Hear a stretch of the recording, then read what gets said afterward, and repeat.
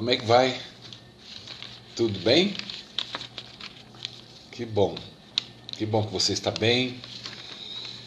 Aqui também eu estou bem. Eu estou muito feliz e quero, em primeira mão, agradecer as orações dos irmãos, das irmãs, dos amigos que vêm clamando pelo meu irmão. E só tenho que agradecer porque Deus está fazendo um trabalho maravilhoso no sentido de estão descobrindo o que ele tem, tudo vem clareando, o médico, já é o terceiro médico, já está medicando ele, tem muita coisa a ver com deficiência de B12, de o 5-HTP que eu dei para ele também, que vem trabalhando a ansiedade, vem trabalhando as dificuldades que ele vinha enfrentando com toda essa deficiência. A perna dele ficava meio fraca, não conseguia andar direito, agora já está andando, já está engordando, tinha perdido 10 quilos. Ele está aqui em casa com a minha mãe. Essa é a notícia boa. A notícia ruim é minha mãe. Ela está bem de saúde, graças a Deus, mas se eu estava sozinho, engordando na pandemia, agora imagina a mãe dentro da tua própria casa. Um desastre. Agora ela foi dormir, porque ela dorme cedo, agora ela dormiu até tarde, mas ela às 7 horas está dormindo, o Denis está assistindo lá um filme, e eu vim no novo cenário para falarmos de Jesus. Obrigado pelas orações, não parem de orar. Deus tem ouvido, abençoado. E eu estou mais feliz agora porque tenho a oportunidade, pela misericórdia de Deus, de falar do meu Senhor, do teu Senhor. Como é bom nós podermos juntos aprendermos, desenvolvermos a nossa fé, conhecendo mais um pouco sobre Ele. Porque está tudo baseado em conhecê-lo, nada mais. Nada fora do normal, porque Deus é simples. Jesus veio para o simples. Os eruditos podem aceitá-lo, os sábios podem aceitá-lo. Mas, por todo o histórico, nós sabemos que ele é do povo, porque o povo necessita dele. O povo de coração. Então, vai ser bom mais uma noite, vai ser gostoso. Deus vai ter uma palavra hoje poderosa, mais uma vez, para nós falarmos dele. E nós vamos ter música, né? Eu estou esperando o chamado. Cadê? Deixa eu ver aqui se eu encontro a nossa parceira musical. Ainda não entrou. Bom, de qualquer forma, deve ter acontecido alguma coisa, mas nós não vamos parar. Nós vamos seguir em frente, estudando a palavra de Deus. A hora que ela vier, ela canta. Né? O que eu tenho aprendido na minha vida desde que eu encontrei a Cristo?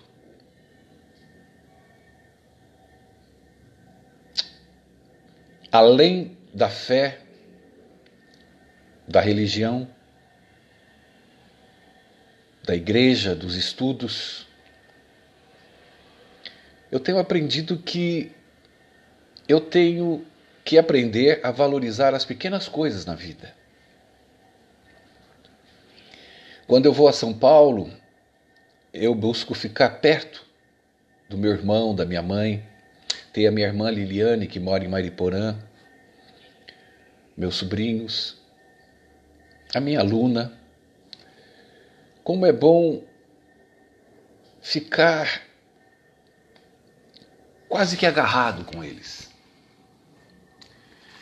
Como é bom aprender, tirar um filho da cama,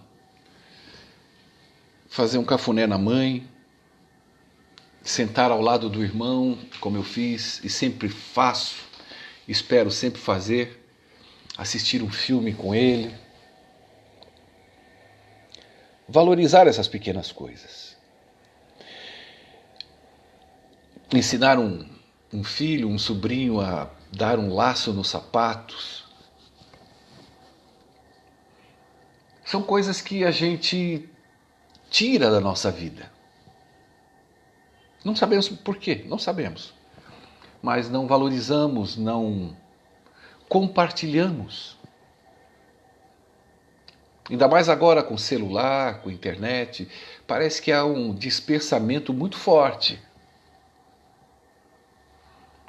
E a gente não percebe como o tempo passa rápido, não é? Você sabe. Eu conheci a Jesus em 1990, já fazem 30 anos. E quando a gente percebe, o tempo passou, as crianças cresceram, a mãe envelheceu, o irmão adoeceu. E eu deixei de beijar e vivi murmurando, reclamando da mãe, reclamando do irmão chato, do filho, batendo, brigando, tirando pessoas de valor nas nossas vidas por causa da impaciência. Então, eu aprendi que Deus usa as pequenas coisas que Ele me dá para fazer, porque delas Ele faz grandes coisas. Eu aprendi ao longo da minha vida. Eu não sei por que cargas d'água, desde que Cristo me chamou, por um dom, por um prazer, eu sempre fui evangelista. Eu estava falando com uma amiga ontem, e nós estávamos falando de pregar, o desejo que ela tem.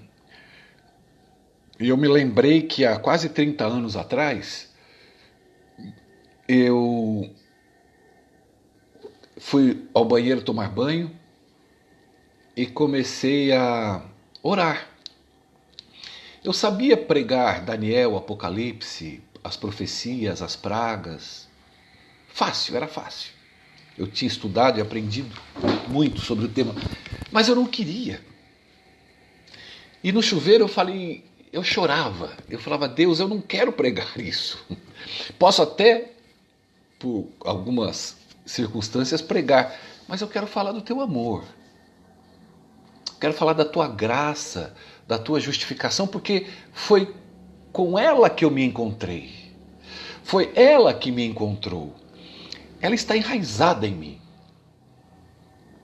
A beleza da tua santidade está no meu ser, independentemente do pecador que sou. Mas foi ela que me trouxe, foi ela que me chamou. Ela me encontrou. Então é dela que eu quero falar. É dele que eu quero aprender a falar. E não deu outra.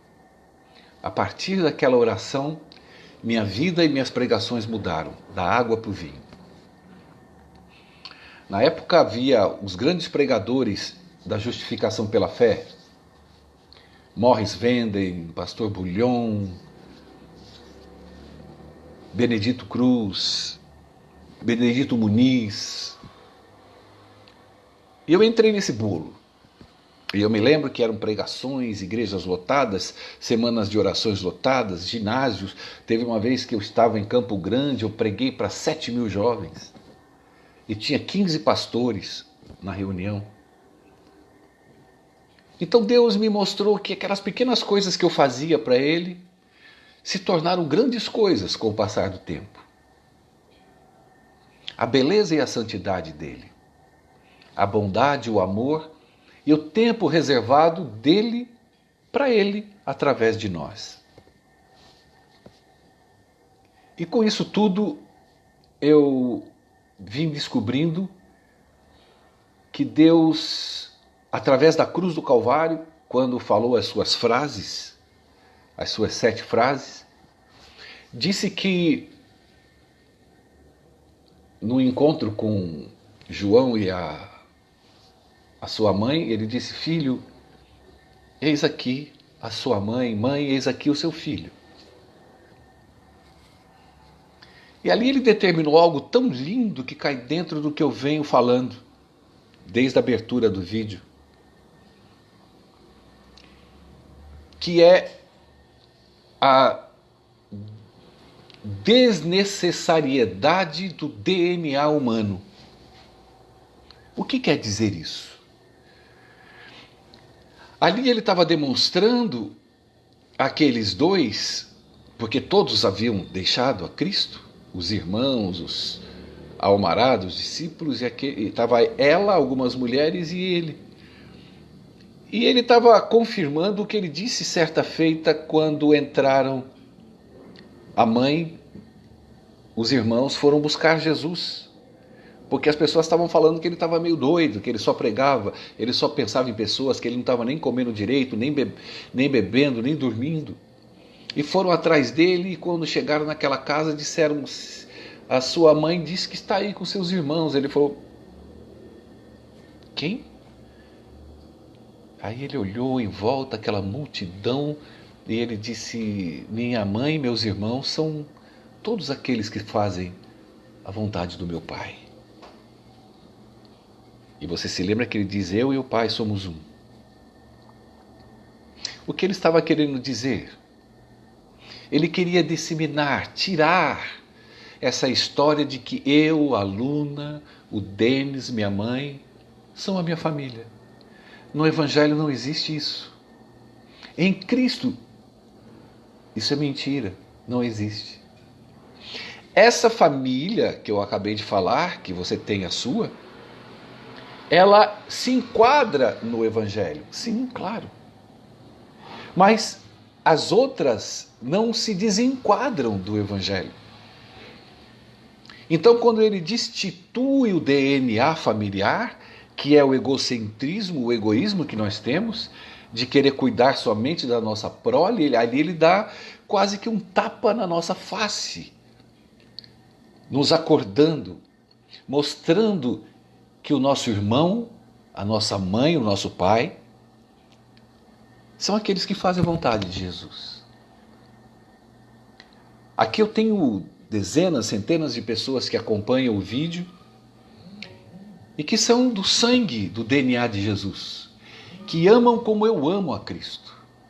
Alguns com algum tipo de conhecimento, outro do outro, enfim, mas todos correndo dentro de uma família. Por isso a grande necessidade de olhar as pessoas como família. Aí você pega e vê Deus dizer: Deus diz para que não amemos o mundo. Não ameis o mundo, porque aquele que ama o mundo não vem e não é de Deus. Aí Jesus diz que Deus amou o mundo de tal maneira que deu o seu Filho. Como Deus diz para que eu não ame o mundo e ao mesmo tempo Ele ama o mundo? O que Deus estava falando? Era da criação? Não. Deus estava falando da humanidade. Disso que nós falamos agora, de nós valorizarmos as pequenas coisas, os irmãos, os meus encontros na igreja, os pastores que eu convivi, os grandes amigos que eu fiz durante anos e anos dentro da casa do Senhor. dessa família com o DNA estendido em nome de Jesus. Quando ele diz para eu não amar o mundo, não são as pessoas, não é a humanidade. Ele diz que eu não tenho que amar o mundo da cobiça, da possessão, da obsessão, da besta que mora em mim, da inveja, do ciúme, do encantamento estético, da aparição, da síndrome de Satanás. Esse é o mundo que ele não quer que nós amemos. E aonde está esse mundo a não ser dentro de nós? Esse é o mundo que Deus diz para não amarmos, esse mundo, porque esse não é filho de Deus. Esse mundo é projetado dentro de nós e Jesus diz: o reino de Deus está dentro de vós. Porque na criação do mundo, quando Deus fez o homem do pó da terra, ele nos criou com o sopro em nossas narinas, colocando parte dele dentro de mim. Dentro de cada ser humano tem um pedacinho de Jesus. Que lindo! Cada um. Aqueles que nós xingamos, odiamos, não gostamos da Venezuela, o outro não gosta da China, o outro odeia, odeia, odeia, odeia. É disso que Jesus fala. Porque todos têm a participação de Deus e têm a mesma chance de conhecê-lo e de ser salvo como você e como eu. Não é partidarismo no sentido não político, porque política, eu tenho a minha opinião formada, o outro tem a dele, isso não importa. Mas ela não tem que estar em desencontro com o mundo que existe dentro de mim, do pecado que existe dentro de mim. Tem que reinar o reino que foi colocado dentro de mim, porque dentro de mim ele subsiste. E para ele subsistir, tem que ter a presença dele, para dar continuidade naquilo que ele colocou dentro de mim. Isso só acontece no conhecimento e na entrega dele. Eis a tua mãe, eis o teu filho. E tem muita gente que vive na caixinha do mundo da igreja, como se ali fosse o céu. E ela não sai daquele mundinho, daquela caixinha dita igreja. Tudo que é fora para ela é mundo. Tudo que é fora para ela é pecado. Ela coloca os vestuários, o batom, o salto alto. Ela coloca detalhes de um mundo que ela criou na cabecinha dela. Ou na cabecinha dele. Cria-se um legalismo e vive naquela caixa, naquele mundo, lambendo as feridas ali dentro, transportando lá dentro uma semente para outra semente, e o mundo que ele acha que é pecado, que Deus não ama, ele não absorve, ele esquece, ele abandona, ele foge, ele se acovarda, ele não quer se converter, ele não quer dar tapa na sua cara, ele não quer tirar coisas de dentro dele, ele não quer tirar a alma, o Espírito de Cristo para atender um mundo que perece por falta de conhecimento.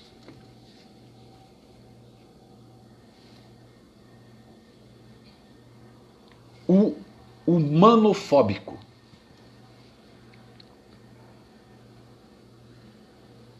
Esse ama nele o que o pai odeia. Esse desenvolve sentimentos e atitudes em que o pai odeia. Esse é o mundo que Deus se aborrece. É o mundo que está dentro de você, que existe e subsiste dentro de você, do teu coração, do teu entendimento.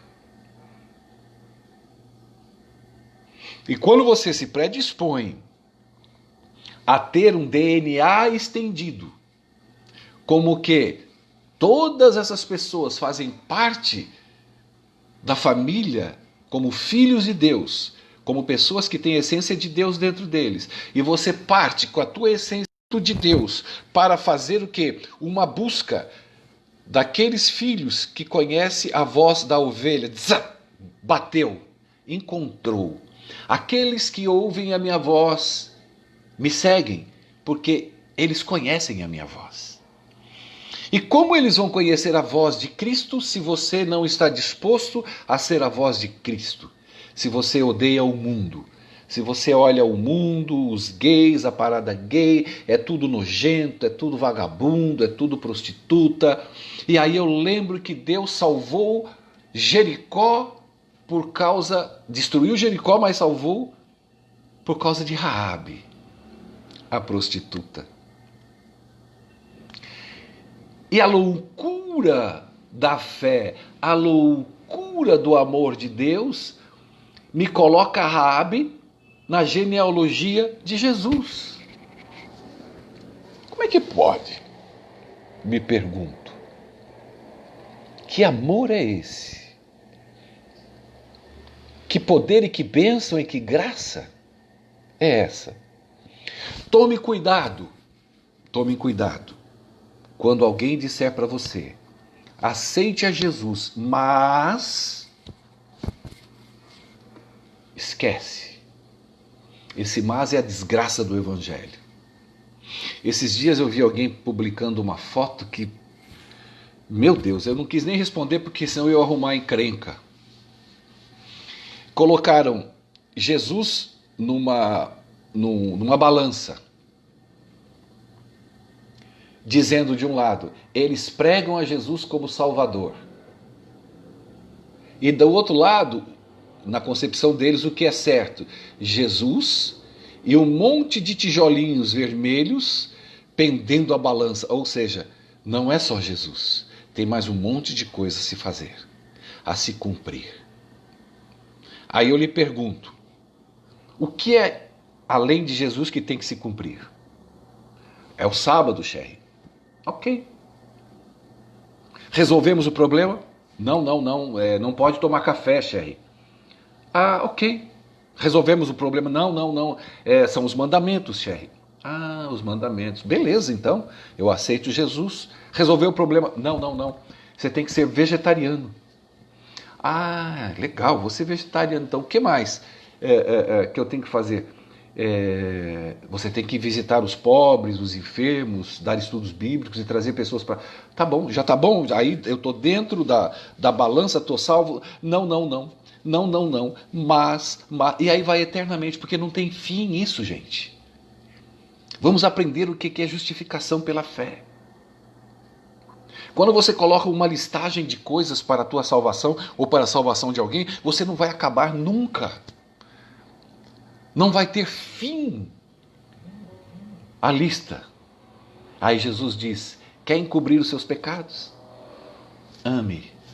O amor encobre as multidões de pecados. Aonde veio o pecado, abundou o pecado, superabundou a graça. Aí eu já começo a entender o Evangelho eterno. Então aquele monte de afazeres não faz parte da minha salvação. Não. Jesus é a minha salvação. É a única salvação. Não há partes de salvação. É Ele. O contexto dele em mim, porque o reino de Deus está dentro de mim, o Espírito e a salvação vêm em mim.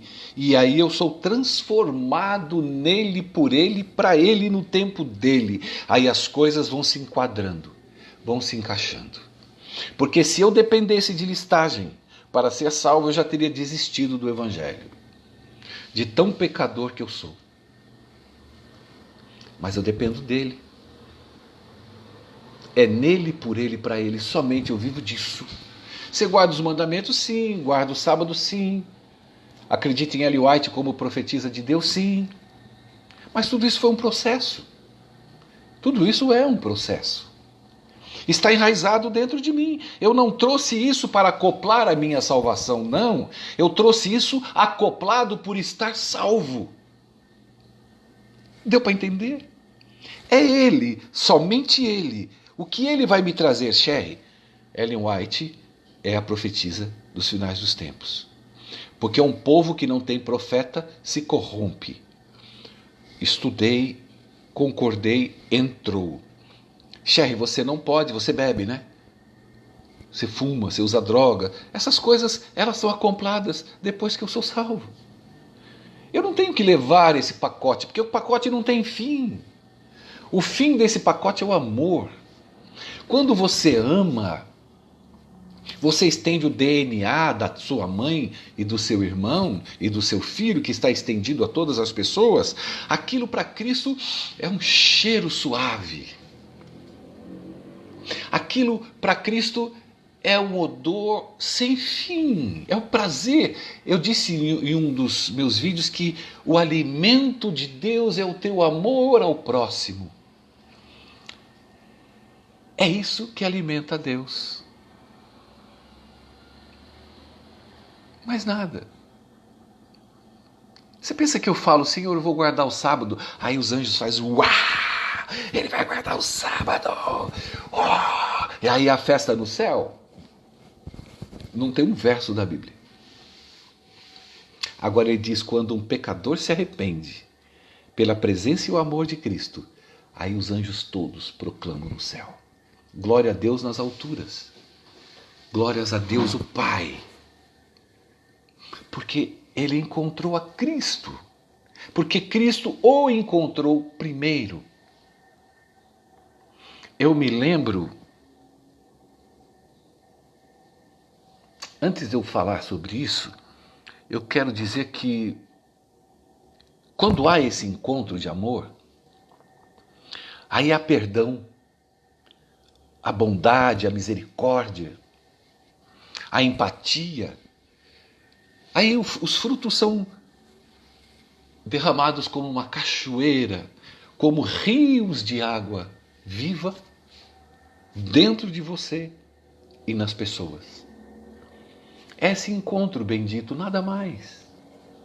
Mas o legalista vai acabar com a tua vida dizendo, mas... Porque quando você coloca mas, você assina o teu atestado de legalista. Sabe por quê? Eu adoro discutir com legalista, porque eles me encantam com a cara de pau com que eles falam do Evangelho de Jesus. Sabe por quê? Porque eles dizem que o mas, se você não fizer isso que eu faço, é a mesma coisa de falar isso, você não vai para o céu. Ah, ele aceitou Jesus? Aceitou. Mas o quê? Ele está comendo o quê? Está comendo carne de porco? Não guardou o sábado? É assim que o legalista age. Ele odeia a justificação pela fé. Porque ele se acha, ele é soberbo, ele é um crente narcisista. Quando ele coloca mas, ele está dizendo, esse mas eu faço, mas ele não fez e não faz.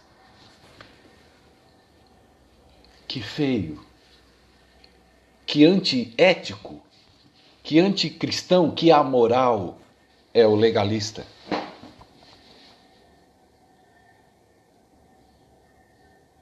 Senhor, eu devolvo o dízimo. Ele não devolve o dízimo? Mas ele devolve. Então ele já está garantido. Como ele não tem o olhar e o espírito de Cristo, ele tem o espírito da crítica, da obsessão e do legalismo, ele não vai entender como Cristo trabalha. É no tempo do Espírito, é na paciência de Jesus. Abandonaram a Jesus na cruz do Calvário. Você lembra que eu fiz um vídeo que Jesus lavou os pés todos aqueles que o abandonaram? Jesus estava lavando os pés daqueles que iriam fugir. É insano a graça de Jesus. Só ele. É uma insanidade divina que eu não quero me meter. E todos desapareceram. E ele acabou de lavar os pés daqueles homens que tanto ele amou. Perdoai-vos. Aí no derramamento do Espírito Santo, os mesmos pés que fugiram, pregaram o Evangelho eterno para toda a criatura. E graças a eles, nós estamos aqui. E eu me lembro que quando Jesus me chamou e disse sair do Alivi, a história dos aidéticos que eu contei ontem, e disse: agora você vai para a penitenciária de São Paulo. Eu fui convidado para dirigir o nosso trabalho missionário no Carandiru, em São Paulo. Hoje não existe mais, implodiram. E eu me lembro que quando cheguei no Carandiru, comecei a trabalhar, porque o grupo já existia, eu não criei nada. Já tinha um número X lá de pessoas, 50, 40. Começamos a trabalhar, a igreja começou a ir para 60, 70, 80. A igreja começou a crescer. Os visitantes. A igreja tinha um número pequeno. Mas o trabalho era bem feito. Tinha amor. E eu cheguei com fogo do céu ali. E falei: Jesus, então vamos embora. Mas é para ir indo. E o Espírito falou: é para ir indo. Se for para ir não indo, não vai. Nem eu quero. Então estamos juntos, vamos lá. E começamos a trabalhar. Começamos a pedir nas igrejas sabonetes, pastas de dente também, sapato, tudo que os nossos queridos irmãos e amigos lá não tinham. E tinham que guardar drogas, armas, para pegar um pedaço de sabonete, um pouquinho de pasta de dente. Aí nós começamos a cuidar do nosso povo. Nossa igreja já estava em torno de 80 pessoas. Girando, aumentando, diminuindo, mas girando. E começou a agradar aos olhos do Espírito Santo. Eu levava quartetos para cantar. Serginho Borges, um cantor amigo meu, pastor Roberto Mota, que vira e mexe estava comigo nas minhas loucuras. Ele também era doidão, eu acho que até hoje, faz muito tempo que eu não o vejo. Então ele ia, me ajudava, batizava. Nós batizamos 127 almas em 1 ano e meio, perto de 2 anos, para a honra de Deus.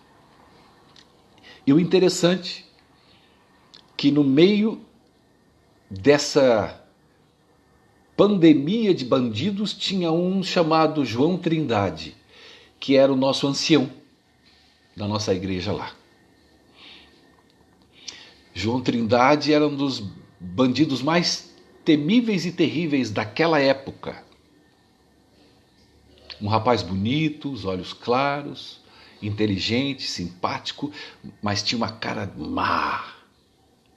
Depois que se converteu, se batizou, uma doçura. Era a felicidade de obedecer a Deus, né, Anderson? É isso aí. Então ele sentia essa felicidade, esse amor. E ele ajudava e cuidava de cada DNA composto no meio do nosso povo e fora dele. Nessa época eu conheci o bandido da luz vermelha.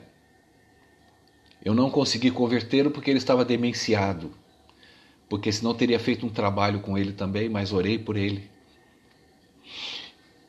E João, esse homem terrível, preso, pegou lá 30 anos de tinha outras condenações.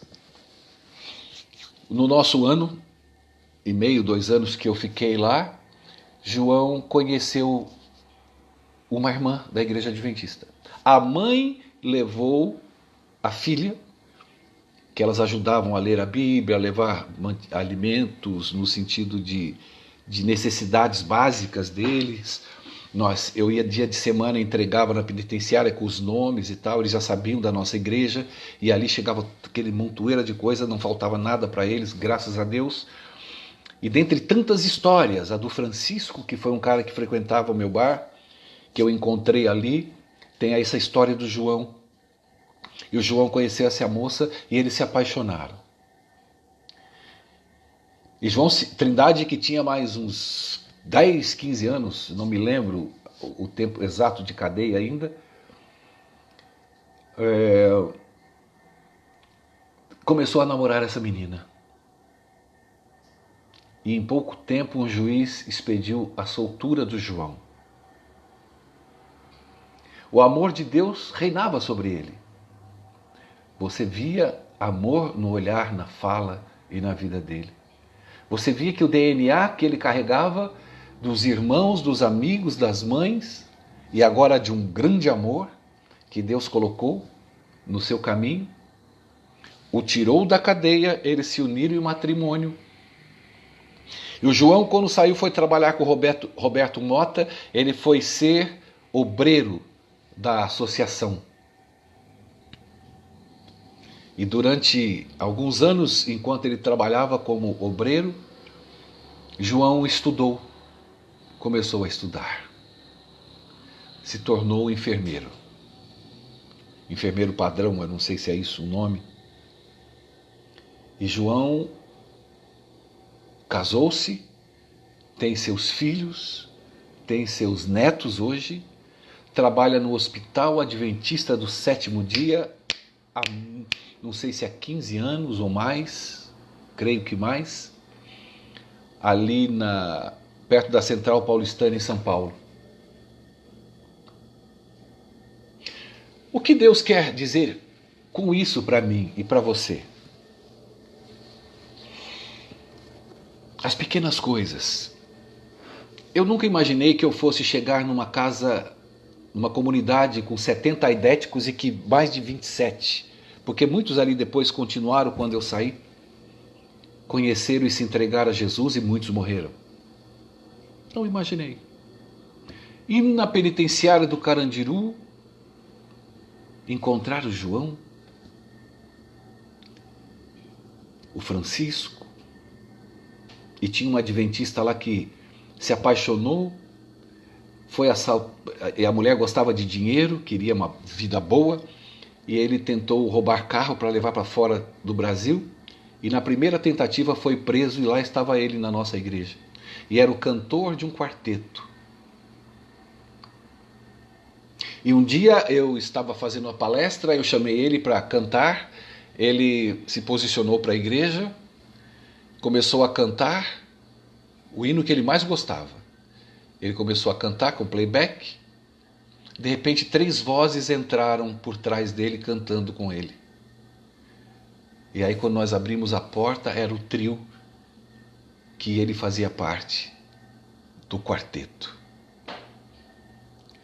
Aí os 4 cantaram, se abraçaram, se beijaram. Não tive mais contato com ele. Mas eu sei que ele voltou para Cristo. E que Cristo está cuidando dele, eu não tenho dúvida. Pessoas que tinham famílias na Bahia, não tinham dinheiro, não via. Tinha um que há quase 5 anos, o filho nasceu, ele foi preso, ele nunca mais viu essa criança.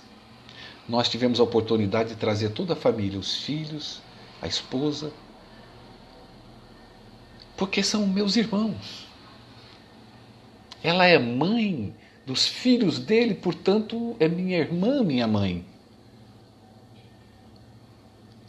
E não teve preço esse encontro. Também não sei mais da vida dele. Eu não sei nem o que vai acontecer no céu quando eu estiver. Também não me preocupo. Mas são essas pequenas coisas que me animam no Evangelho. São esses pequenos acontecimentos que fazem eu ser a cada dia mais apaixonado por Jesus Cristo. O amor dele não tem tamanho pelo ser humano. E enquanto eu não enxergar isso, que o outro ser humano, seja quem for, faz parte da minha família, o ser humano, seja ele quem for, tem o sopro de Deus dentro dele, seja ele quem for, são pessoas que o olhar de Deus está sobre ele. Ele vai dizer não para o Evangelho 1, 2, 3, 10, 20 vezes? Uma escolha dele. Agora, qual é a minha escolha? É preservá-lo. Preservá-lo para que um dia ele possa, além de fazer parte da minha família, para que ele possa estar ao lado de Jesus. Aparentemente parece que o Evangelho não funciona. Porque são pequenas coisas. Um abraço, um ombro, dar o ouvido para alguém com amor, carinho, falar que Jesus o ama, que vai cuidar dele, são coisas pequenas. Como eu imaginar que dentro de um presídio, numa penitenciária, tantas pessoas foram batizadas? Não somente as salvando, mas também salvando os seus familiares, que através da nossa mensagem, do poder e do amor transformador de Jesus, se estendeu aos seus familiares. João é um espírito vivo disso. João foi uma obra de glória de Deus, do amor, do poder e do milagre de ter tirado de uma cadeia que por mais 10, 15 anos ele deveria ficar. E hoje ele tem uma família enorme, prega pelo Brasil todo. Já deve ter pregado aqui na região. Alguém deve conhecê-lo. Eis aqui a tua mãe, eis aqui o teu filho. Quando nós entendermos isso, que o Evangelho é isso, nós vamos poder, sim, ser usado por Deus. Vamos ter desenvolvido dentro de nós o reino que Ele colocou. O amor dEle fará parte da minha vida e da sua vida. Porque só assim Ele é glorificado. Só assim Jesus é enxergado, é entendido. Não há outro caminho. Não é o que o outro deve comer. Não é o que o outro deve beber. Não é fazer um pequeno grupo e chegar num pequeno grupo desesperado para converter todo mundo, para levar ao batismo, para criar numerários, para enxertar na cabeça das pessoas o que ela nem sabe ainda o que é o Evangelho. Mas quando nós entrarmos, amarmos, criarmos dentro de um pequeno grupo uma grande amizade, demonstrarmos com verdadeiro amor a minha preocupação para com meus irmãos, minhas mães, que faz parte desse pequeno grupo, quando isso entrar, o Evangelho entrou. Quando nós chegamos na penitenciária, eu só quis amar aqueles caras. Preencher as necessidades físicas, sentimentais e espirituais de cada um. Porque eu sabia que isso era o Evangelho. Eu sabia que somente a voz de Cristo entraria naquelas pessoas se eu pregasse o verdadeiro Evangelho, que é o amor, que é o desejo de amar, de estar junto, de sentir a dor do outro como se fosse da minha própria família, porque é. Só assim nós poderemos dizer no dia seguinte: eu e Jesus estivemos em alto mar. O mar estava agitado. E de repente eu vi alguém andando sobre as águas. Quando eu olhei, eu disse: quem é? É o Senhor? Sou eu. O Senhor está andando sobre as águas? Posso ir até o Senhor? Pode, mala, pode. E o mala foi, todo feliz. Caiu, escorregou, afundou. Mas com certeza no dia seguinte, na igreja, quem se levantou para testemunhar foi ele. Não deixe a sua vida sem testemunho. Não deixe a sua vida vazia. Não faça da sua vida a igreja. Porque o mundo perece por falta de amor.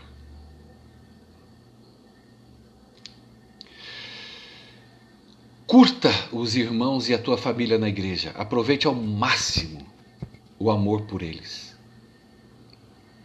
Mas busque reavivar-se para que você seja uma faísquinha, para que você possa incendiar o teu povo, o meu povo, o nosso povo e o povo de Jesus. Tá bom? Que Deus te abençoe. Obrigado pela participação. Eu espero que amanhã a gente possa estar juntos novamente. Eu acho que não vamos ter música de novo, né? Aconteceu alguma coisa. Ou com a internet, ela não apareceu. Mas não tem problema. E que Deus te abençoe, que você possa compartilhar esse vídeo, fazer parte desse evangelismo, entender e trazer para você o amor que está disponível em quantidade absurda. A cada momento, a cada passo que você der para perto dele e cada passo que você der para perto do próximo, mais você obterá dele, mais transformação ele te fará, mais o Espírito será derramado, mais atitude você terá, menos medo você terá, mais ousadia você criará, mais pessoas conhecerão verdadeiramente quem é Jesus. Por que muitas pessoas fogem da igreja? Porque tentam enfiar a igreja goela abaixo das pessoas. Porque o dia que elas olharem para você e falar: por aqui passou Abraão, por aqui passou o altar de Jesus, nesses olhos eu vi o amor, a compaixão, a simplicidade, a humildade, o amor, o abraço, o carinho.